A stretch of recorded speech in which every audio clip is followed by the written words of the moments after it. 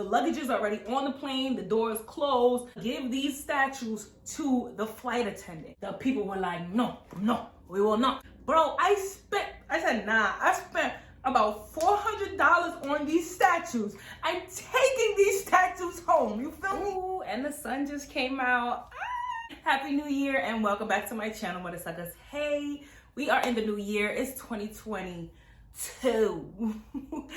Period. And I literally just touched down back home last night. Me and my man got back. If you've been following me, if you've seen my community posts, if you follow me on Instagram, you already know that I was in Paris on New Year, and then we flew to Senegal for a few days to spend some time there, and now we're back. So story time, mother ever story time. I got a lot to say. Did I make this mole a little too big? I feel like it's taking over the spotlight, but it's okay. So I'm gonna have a vlog video. This is not the vlog. This is the story time. So this is me sitting down and just giving you a general, just having a general conversation about my experiences. But the vlog will be the actual footage. I am gonna input some footage here. I just hate long intros, but I do want you guys to know that this is not the vlog. This is the story time. Okay, so we got that out the way. Okay, boom. My man was like, okay, babe, what do you want to do for the new year? I'm like, I want to see the Eiffel Tower and the fireworks. Like, I also want to go to Nigeria and Ghana. So he was like, all right. So we got to booking things a bit late. So the later you book in December is the time everybody goes to Nigeria. You guys know I'm Nigerian. That's the time everybody goes back home to Nigeria.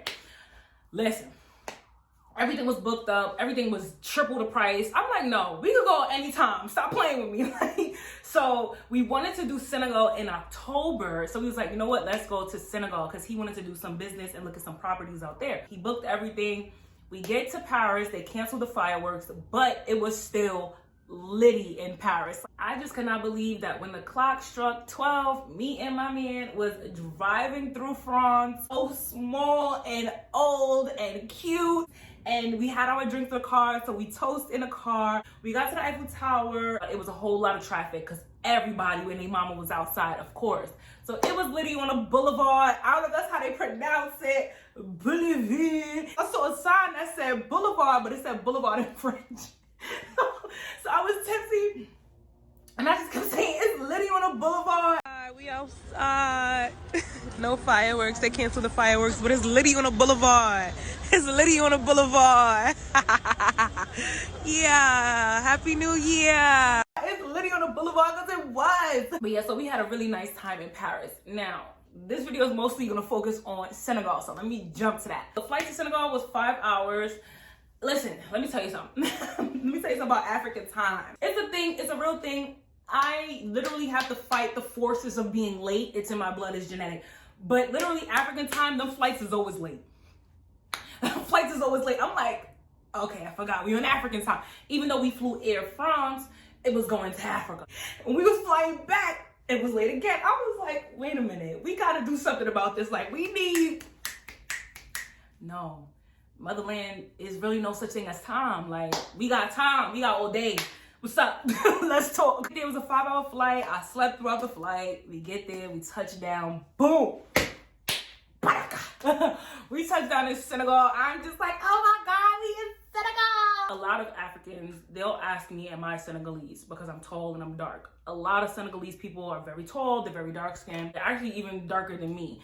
But they're very tall and very dark. So a lot of people naturally just think I'm from Senegal. They're like, oh, you're from Senegal? Are you Senegalese? They'll start talking to me in Wolof. I'm like, Nigerian, period. There are tall Nigerians. Don't do that. Or they just be like, okay, you West African, obviously. Yeah, so I get to this place that everybody is saying I look like I'm from, and I see myself everywhere. I'm like, oh, that's me, that's me, that's me, that's me. My vlog is really gonna have you being like, damn, I need to pick a country, do some research, and go. In our 54 countries, I want to travel to at least 5 this year.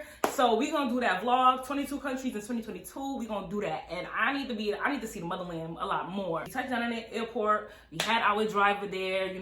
We already had everything prepared. When you're going to Africa, you have to prepare, or anywhere, right? You have to prepare But specifically in Africa, like, you need to prepare. You need to have somebody pick you up. You need to know where you're going. You need to be prepared, okay, when you touch the ground on the motherland. It's a different type of timing, okay? Whatever you know from where you're at, just know it's a different timing on the motherland. Like, she's not like any other land, okay? She's the mother. There were a few people at the airport who was like, hey, can we get this? Can we get that? They call them beggars, So there's probably a nicer word or more political word, but they call them beggars, right? So there was beggars at the airport, and I feel bad. Like, I just feel bad. I want to give this, I want to give that, I want to give everything, right? But the truth of the matter is, unfortunately, you cannot help everybody. Try to help as much as you can, but you gotta say no at some point, right? So there's a bunch of guys loading all of our luggage into the car. One of the guys, he comes up to me and he's like, hey, can I get something? So I'm thinking he wants a tip. I tell him, I'm like, oh, my man has cash or whatever the case may be. So he's like, oh no, I want this. And he points to I'm sorry. And he points to my Gucci hat. And I'm like, friend. Friend, I give you a tip, my hat. And then my man was like, hey, yo, you don't got nothing to say to her. Like, my man is such a protector. Like, he don't let nobody play with me. He don't let nobody play with me. He was like, yo, you don't got nothing to say to her. Close the door. You got something to say? Come talk to me. That's my God. I was like, babe, you're not my God. Like, in our car, not even the driver, because he's like family to us, but he's a business partner to my man. So my man's business partner, he takes us, where we were staying was literally an hour away from the airport. So again, like I said, you gotta have solid transportation. You gotta know how to get where you going. Don't think that, oh, when I touch down, I'm gonna just figure it out. Figure it out before you get there, because you don't want to be waiting at the airport. You're going to have a whole bunch of people coming up to you. Like, yeah, we had an hour drive. We stopped alongside the beach. We got some fresh coconuts. You had the guy out there with the machete cutting the coconuts. It was lit. You got people on the beach. It was just like, let me just say this. Like, and I really mean this. And I travel a lot. Like, you guys know I travel a lot. I could really be a travel vlogger, which I'm turning my Instagram into a travel vlog, but including America. Senegal has been the safest place. Let me just say the place that I felt the safest, the place where I did not have to turn to see if there was somebody behind me. I didn't feel like, oh my God, I'm gonna be attacked. It's a little sketchy over here. Like, after a few days of staying there, I'm home. Like, I don't have to worry about nothing. Like, he takes us to where we're staying, and we were staying with my man's family. So my man is actually from Mali. Mali is very close to Senegal, so he has family in Senegal. He also has family in Mali. So we were staying with family. Now, where we stayed, the saying, it takes a village to raise a child, yeah, that's where it came from. I said, okay, this is where it came from. Now, let me also say this. I have not been to Africa as an adult. I'm not one of those Nigerians that fly to Nigeria every December and always in Nigeria on vacation. I'm not one of those Nigerians. I have family in Nigeria. All my family is there, but I don't always go. So this experience was honestly pretty new for me. So it was pretty new for me. So a lot of things I might say, oh, well, you should know, da, da, da, da. Nah, it was pretty new for me because I haven't been to the continent as an adult. So yeah, so in case, for the Africans that's watching, yes, a lot of things was a surprise for me. Some things I didn't understand, I had to get clarity on. But when they say it takes a village to raise a child, they meant it. Okay? They meant it. The village, the people in the village raise the children collectively. The children are so well behaved, it's almost scary, because I'm like, hold on. Hold on. You don't even hear the babies crying. Why the baby's not crying? And what they said was, well, like, they have 24/7 parenting. When you live in a society where you have to go to work for a certain amount of time, you have to, do this and do that. You're not with your child 24/7. Like, these people are with their children 24/7. Like, that's so, like, I was with my mama 24/7. So I'm just like, Like, I mean, the tiniest of person just coming to shake your hand, and you know, most of them didn't speak English. I speak a little bit of French, and this is not just for Africa. This is anywhere you go. Find out what the main language is. If you don't know that language, honestly, I personally suggest going with someone who speaks that language. You know, asking one of your friends that speak French or whatever, like, hey, you wanna go here, you wanna go there, you know what I'm saying? I would suggest, or at least take some time to learn the language. Like, take some time to actually learn some basic words, phrases, sentences, greetings. It came in handy. But a lot of them didn't speak English, so my man was a translator, and some of his family, you know, did speak English. But other than the language barrier, I was just like, yeah, I'm home, like, I'm here, what's up? Hi. What we doing? What we eating today? The lifestyle is very traditional, meaning the woman is cooking. The women cooked and cleaned happily. Like, it was a joy. Like I can't say if they're like that 24/7 because I wasn't there 24/7, but it was a joy. Like, to see us as guests, you know, if I went down to pick something, if I dropped my fork and went to pick up my fork, no. You cannot lift a finger in this house. What are you doing? Like, I was like, oh my God, can I just stay here? We had so much food. We had so much food that I began to just think back to where, you know, people used to say like, oh, you know, people are starving in Africa, and oh, it's so poor and poverty, and these kids have big bellies because they can't eat food. I'm looking at these children, you know, eat from this giant plate of delicious, fresh food. And the food is fresh. They don't save food for the next day. They don't cook food for the week. That is a disgrace. What? We don't cook food for the week. We go down to the market, get freshly caught fish, cook the fish, eat the fish, finish the fish. Day 2, we go back, get more fish. Maybe we don't want fish today. Maybe we want some lamb today. We go back, we get lamb, we cook the lamb, we cook the rice fresh, we cook the vegetables fresh, we eat, and the next day, this is fresh eating. I don't know what to eat for the week again. I don't know what to eat for the week again. Are you crazy? You see how they fed me in Senegal? You better feed me like that. Y'all, they got a new bougie me. Y'all got a new bougie me. I'm telling my man, because my man cooked for me. Babe, that's from yesterday? Do you not know who? You better go down to the market and get some fresh lamb and cook me some fresh rice. I'm crying. When they say no artificial flavoring, right? No processed sugars or processed artificial, there's no artificial, nothing. Everything is plant. You know, they literally got the farm over here. They got the market, the fish, the boats at the dock over there. It was amazing. Like, you're eating healthy. Like, you're eating healthy. I'm like, how do they eat so much, but they stay slim? You know, and it's because they're active, and that the food is digestible because it's actual food. It's not plastic, it's not processed, it's not fake food. I just woke up when I wanted, I did what I wanted. For the most part, I just wanted to go out and see how the people in Senegal lived, the culture. Senegal is, I believe they said 99, it's in the 90s, like 90 or 99% Muslim, so most of the people are very modestly dressed. I packed like some shorts and dresses, but for the most part, I was like, oh, let me just put on some pants. I wore a long sleeve, I wore pants, and me personally, you just don't want to stick out like a sore thumb. Like, you kind of want to, I wanted to blend in as much as possible, but no matter if I dress like them from head to toe, they could look me in my eye and no, yo, you're not from here. You're not from here. Those people know. You can not say a word. They'll look at your skin. They know, oh, okay, she got a different look, a different something is about her. I feel like that happens to me everywhere I go, wherever I go. People, they will look, even if it's predominantly Black people, they'll look at me and be like, her skin is just, they say your skin glows. Now let me speak about taking photos and videos and stuff like that.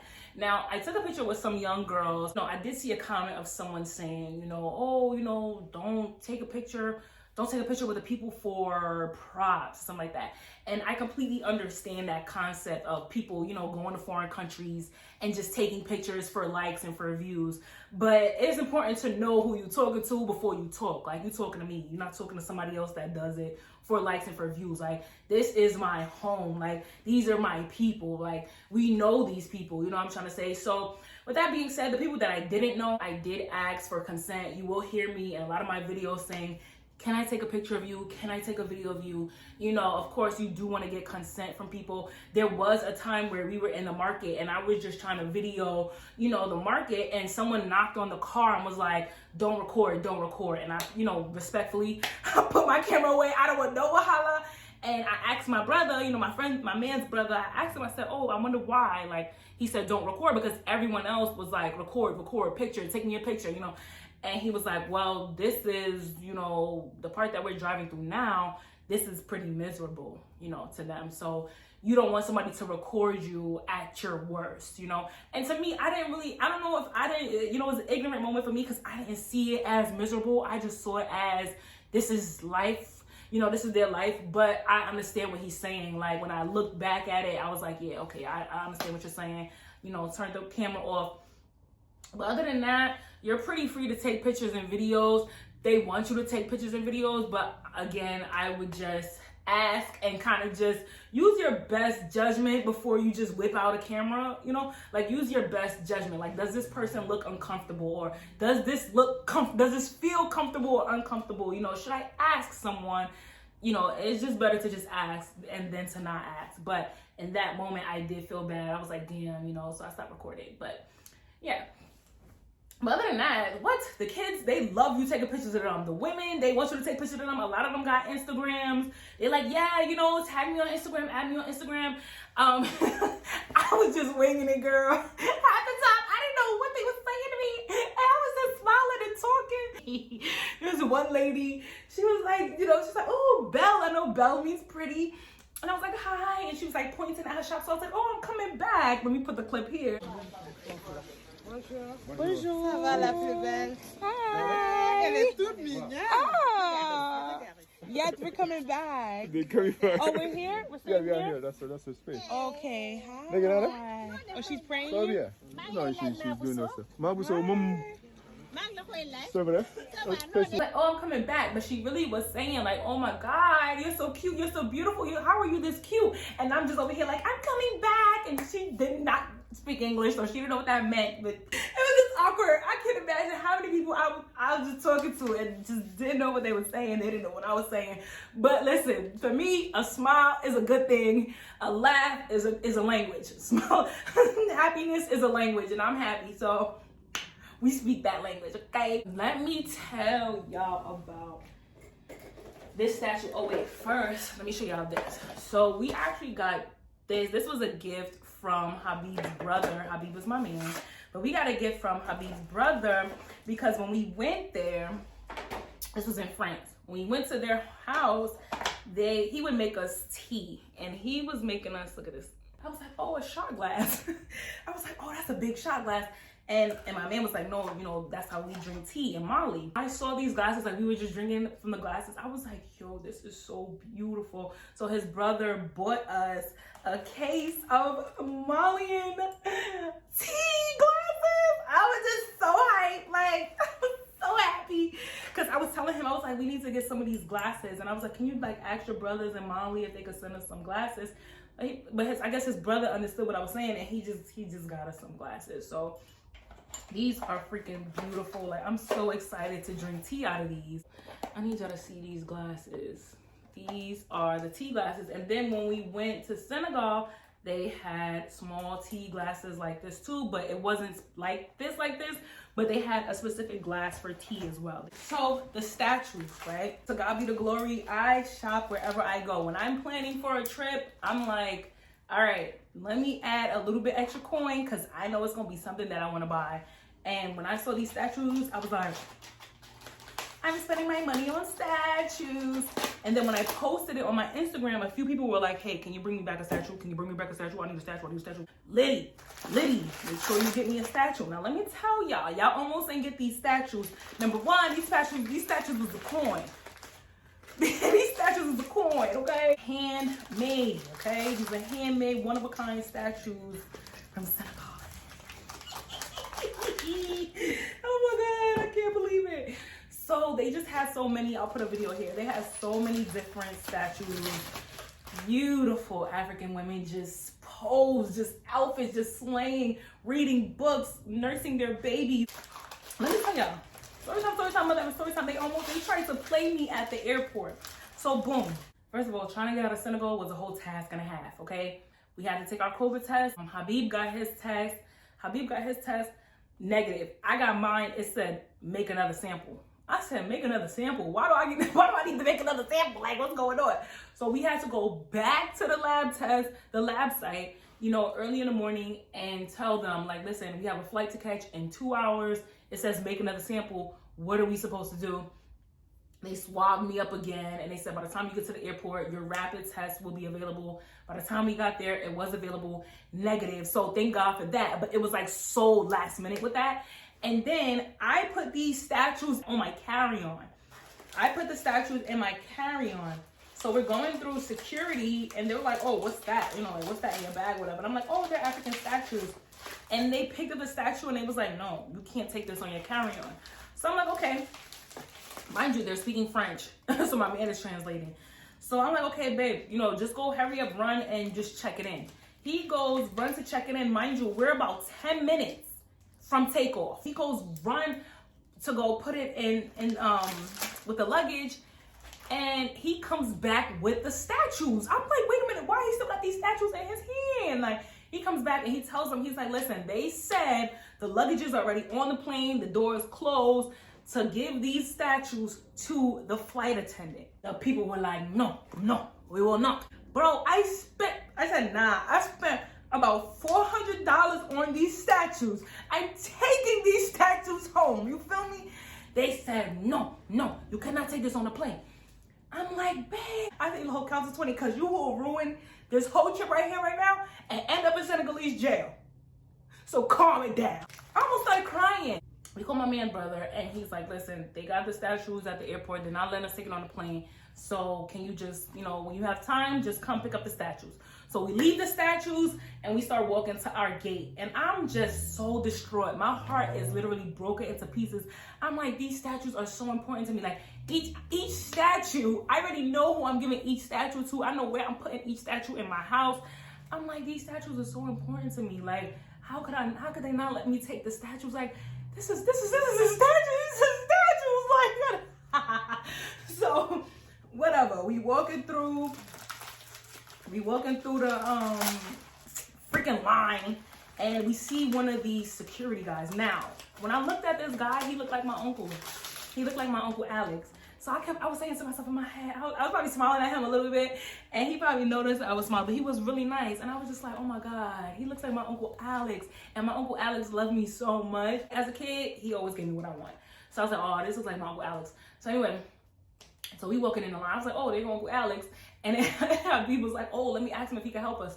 So he's like, excuse me, you know, they took our statues over there. Is there any way you can help us? Da, da, da. He's like, nah, I can't help because that's the security over there. That's what they said. Then I cannot help. So my man is just talking back and forth with him, and I'm just in my head, my nose is. So then he's like, okay, come with me. Let's go over there and I'll talk to them. I'm just like, God, please, if you love me, you go let me take these statues home, please. Like, I need these. I love these. And my man came back. He had his mask on, but I could see his cheeks smiling. I was like, they put the statues back in the carry-on. They, you know, signed some papers, and they gave the suitcase to the flight attendant. So basically they were saying, like, you know, the statues could possibly be used as a weapon because they're heavy. They're, you know, they could be used as a weapon. And I was like, yeah, but anything could be used as a weapon. Like, I got a pair of tweezers in my bag. Weapon. But here is one of them. And it is a mother reading a book, and her baby is holding her. I just love that. Like, I love that for me. I love that for me. Do y'all want to see my other statues? I got more. Trigger warning, this part of the video does mention slavery.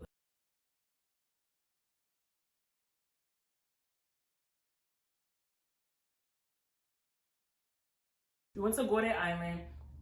It's about how long was the ferry? About a 15-minute ferry from Senegal. You take the ferry to this island. Now, this island was the first island in which the Europeans fought over for easy access to Africans for slavery. This island was going to give them easy access to Africa and to the Americas, North and South America, right? This island is actually very close to Brazil. You can see Brazil from the island, which makes sense because Brazil has the highest African population outside of Africa, which we talk about on my channel when we talk about, Afro-Latinas and stuff like that, what that really means. I talk about that a lot on my channel. So for me to actually see it and be there, I was just like, oh my God, like I am standing this. It was just so like, just speechless. I was speechless. So there are still people who live on this island. This island is literally untouched. There are no new construction. Everything that is on that island was built by the ancestors. There are slave houses on that island. There are schools, there are hospitals on that island. Everything was built years and years and years ago. There's no new construction. So everything is literally like authentic. And I saw this and I said, nah, I gotta have this because this looked like me in college. Just, reading books in college. But this was handmade by one of the artists from the island. This was handmade, and the wood, I forgot the name of it, but the black wood symbolizes the black woman. We're trying to get a good price for this. Yeah, that's what I'm saying. So, Okay. How much you pay? no. Nothing crazy. The last. What is it made out of? That's the wood. Wood? That's the ebon. That's a. He made this by hand? Yeah, everything's handmade right here. Those we call it like the symbol of the black woman. The blackness of the woman in Africa, the wood. Okay. Eben lobby and then peinture. Tekle. Okay, we do eben quoi. Oh, okay. Reading is very important to me and knowledge is very important to me. And so when I saw this, I was like, nah, I need this. So we had to negotiate a price. Let me tell you, everything in Africa is negotiable. You don't just walk in, oh, this is $20. Oh, here's $20. No, we gonna negotiate. I'm gonna give you 15 if I can. Everything is negotiable. So you negotiate prices, we negotiated, and I got this statue. So boom, nightlife. Nightlife was, I'll give nightlife, I gotta give y'all a 6. I gotta give y'all a 6 on a nightlife. Maybe it was just the places that we went. Maybe it was because we didn't go on the weekend, but I was just so surprised. Now, again, it's very important to distinguish the African countries because every country is different and has a different culture, right? Nigerians are very bold, very loud, party, dance, have fun. I feel like Senegalese people are a little bit more quiet, a little bit more shy, a little bit quiet. And I wouldn't say that they're big partiers. Again, I know I got some Senegalese subscribers here, so y'all can let me know down in the comment section. Again, maybe it was just the days that I went, but from what I experienced going to the bars, like even when the hits was playing, everybody was just, like in their seat. You had 1 or 2 people like, hey, but if you ever been to a Nigerian party, hey, the people is dancing, drenched in sweat, like Nigerians party hard. So when I went, I thought they was gonna party hard, but they kind of party a little bit like, I'm gonna sit in my seat and be cute. So I was really surprised. I was like, oh, they don't dance. Like I was so shocked by that. I was like, they don't dance. But it was one, a unicorn know a unicorn know a unicorn. I seen a couple of unicorns. We don't speak the same language, but we lit. So she, one girl, she had really cute puffs, nice jewelry. All of the girls had their nails. The girls was fly. Nails done, hair, braids, natural styles, accessories, dresses popping. I'm like, oh, the bodies is bodying. Let me tell you something. Let me tell you something about the blueprint. We don't speak enough about the blueprint, baby. The bodies is bodying. Ain't no BBLs in Africa. Ain't no BBLs. They don't do that. They just eat natural, ain't got the bodies. But I get it because again, that's the culture, you know what I'm saying? That's the culture of the society. Is they're not wild people. They're very chill. Like, they're very chill. I was like, dang, Senegalese people is so chill, which makes sense because I literally felt so safe even at night walking through the streets. Like, I just felt so safe. What else can I say? It was just wonderful. I'll save the rest for the actual vlog, but this is just a life update and story time with me. I spent my New Year in Africa. I spent my New Year, well, in Paris, and then we went to Africa, and it was just completely amazing. You guys, make sure you follow me on Instagram because it's Lydia over there. It's Lydia on the boulevard. It's Lydia on the boulevard over there. Make sure you follow me on Instagram. I have my vlog coming up soon. I have a lot of reaction videos coming up soon because the girls and the boys was playing when I was overseas. Y'all was playing when I was overseas. And when you go overseas, your Twitter feed is different. So it was a lot of stuff that I wasn't able to see, and people were DMing me like, "Lo, did you see this?" And I was like, "Girl, send me the receipts because I can't see them from where I'm at." I'm back, so we're gonna get this content popping. Y'all let me know what you thought down in the comment section. I'm going back. We're gonna do Senegal again because it was just too late, and I want to go walk with the lions.